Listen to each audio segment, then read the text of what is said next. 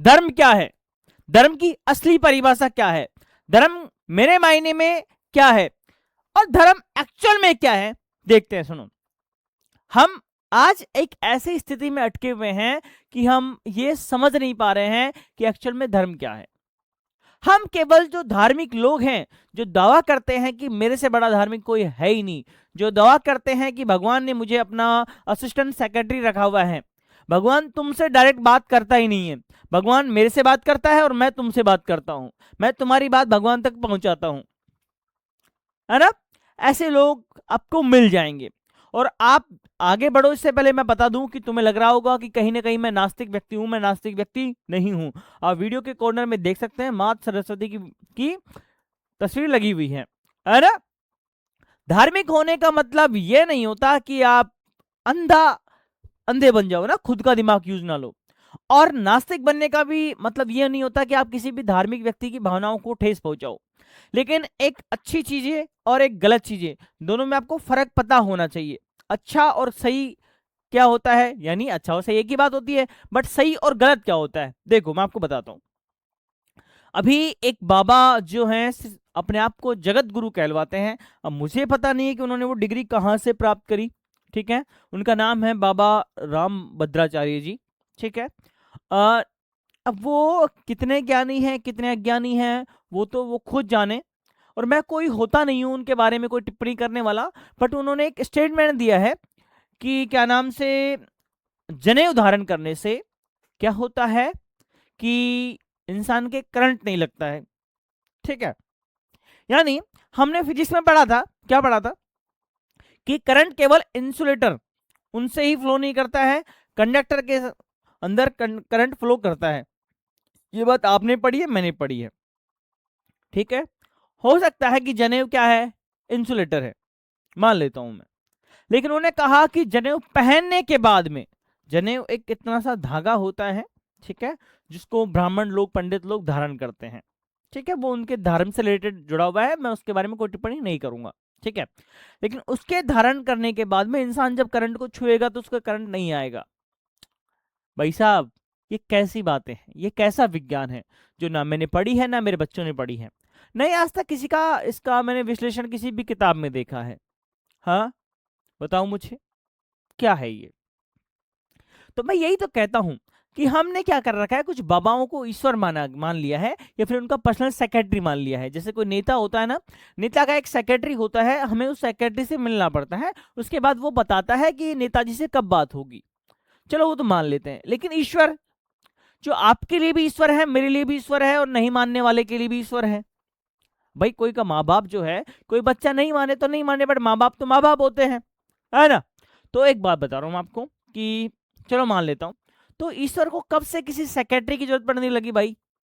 कोई तीसरा इंसान हमें क्यों बताएगा कि ईश्वर ऐसे खुश होते हैं। आपके माता पिता आपके प्रेम से खुश होंगे, आप या फिर आप उनके दूध चढ़ाओ, दही चढ़ाओ, हाँ, फूल चढ़ाओ, आप प्रेम से चढ़ा सकते हो, मैं मानता हूं, मैं भी चढ़ाता हूं, प्रेम पूर्वक आपकी भावनाओं को शो करने के लिए कि आप कितने उनके प्रति समर्पित हो। लेकिन मैं ये कहना चाह रहा हूं कि जो नहीं चढ़ाता है उनसे वो गुस्सा थोड़ी होंगे यार।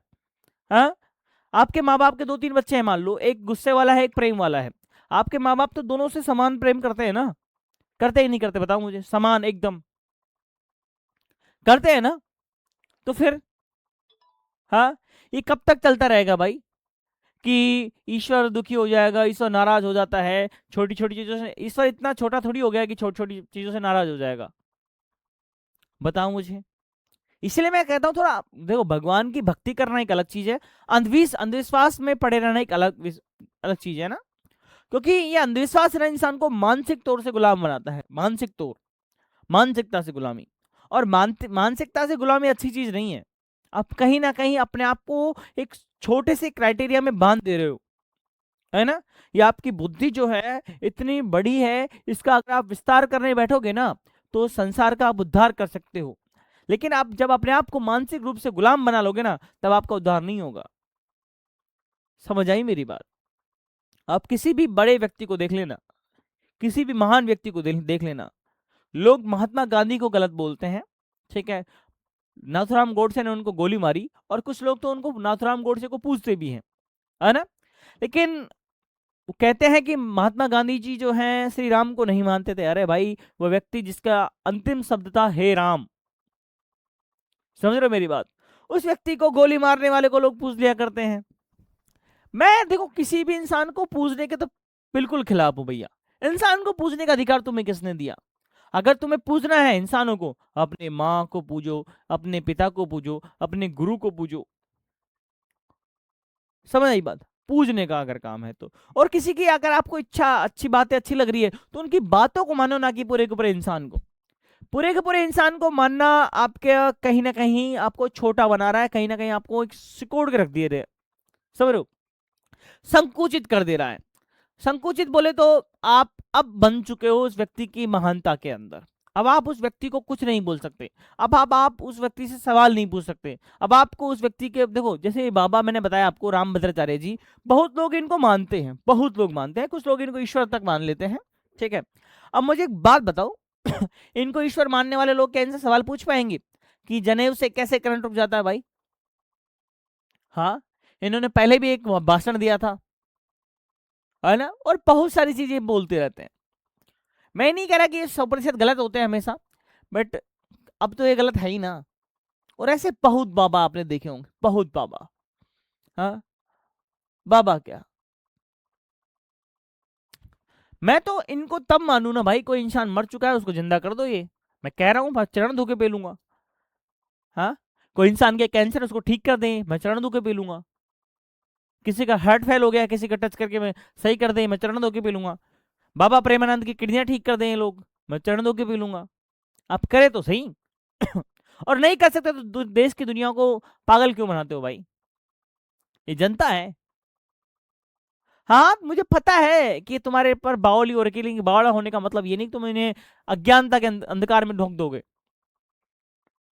हाँ, कभी तुम कहते हो क्या नाम से कि आरएसएस एक राष्ट्रीय सेवक संघ है ना। हाँ, मैंने एक वीडियो में बोला था क्या नाम से कि चंद्रशेखर आजाद के बारे में बताने वाला व्यक्ति आरएसएस से जुड़ा हुआ था।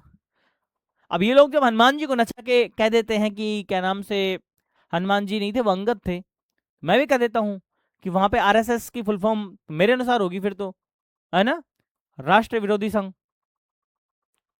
सोच संघ, राष्ट्र विरोधी सोच संघ के भी हो सकते हैं, क्योंकि जो चंद्रशेखर आजाद के बारे में बताएगा वो राष्ट्र विरोधी तो है ही, राष्ट्र विरोधी सोच रखता है।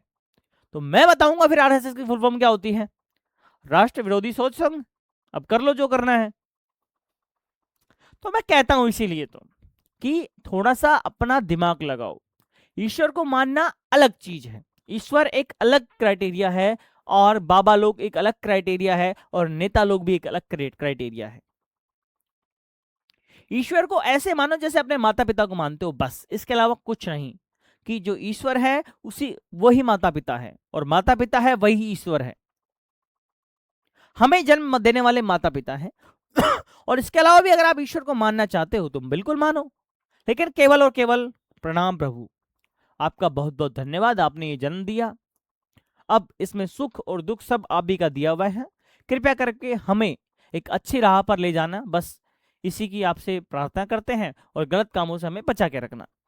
ऐसा नहीं है कि आप गलत काम करो और फिर भगवान की आड़ में जाके छुप जाओ। समझे मेरी बात? वो वाली बात हो जाती है कि दिन भर जो हजारों कीड़े खाने के बाद रात को जो छिपकली है किसी महापुरुष की तस्वीर के पीछे जाके छुप जाया करती है। थोड़ा सा अपने आप को संभालो यारो, शिक्षा पे ध्यान दो, शिक्षा। बाबा साहब भीमराव अंबेडकर कहा करते थे कि शिक्षा वह शेरनी का दूध है जो पिएगा वही दाड़ेगा। और आपने आज प्रोटेस्ट में देखा होगा, जो अभी प्रोटेस्ट हुआ, कि जो शिक्षित व्यक्ति थे उन्होंने प्रोटेस्ट किया और वो धाड़े, है ना, शेरनी की तरह। तो वही बात हो जाती है। इसलिए मैं आपसे फिर कहूंगा कि लोगों की बातों में आना छोड़ दो, और किसी भी नेता को पूछने की जरूरत नहीं है। कई लोगों को लगता है कि मैं किसी भी बीजेपी पार्टी की बुराइयां करता हूं तो मैं कांग्रेस पार्टी से हो गया, आपसे हो गया, फिर बसपा से हो गया, कोई से भी काम। भैया मैं किसी पार्टी का फॉलोअर नहीं हूं, ना ही मैं किसी व्यक्ति का फॉलोअर हूं। मैं किसी भी, अगर मैं ज्यादा से ज्यादा किसी को फॉलो करता हूं तो किसी व्यक्ति की आइडियोलॉजी को। मैं बाबा साहब अम्बेडकर को भी नहीं पूछता हूं, मैं महात्मा गांधी को भी नहीं पूछता हूं। मैं केवल और केवल बाबा साहब भीमराव अम्बेडकर के अच्छे विचारों को पूछता हूं, मैं महात्मा गांधी के अच्छे विचारों को पूछता हूं। मैं भगवान श्री राम को भी नहीं पूछता हूं, मैं भगवान श्री राम जो क्या थे, मर्यादा पुरुषोत्तम थे, उस व्यक्तित्व को पूछता हूं। समझ आई मेरी बात? और जिस दिन तुम उस व्यक्तित्व को पूछने लग जाओगे ना, जिस दिन तुम उन अच्छे गुणों को पूछने लग जाओगे ना, उस दिन तुम्हारा उद्धार हो जाएगा। क्योंकि व्यक्ति के पूजने की आड़ में हम उनके गुणों को भूल जाया करते हैं, जबकि पूजन हमें बस एक ही बात दिखाता है कि हम उनके अच्छे गुणों को अपना लें, अच्छी चीजों को अपना लें, अच्छी आदतों को अपना लें।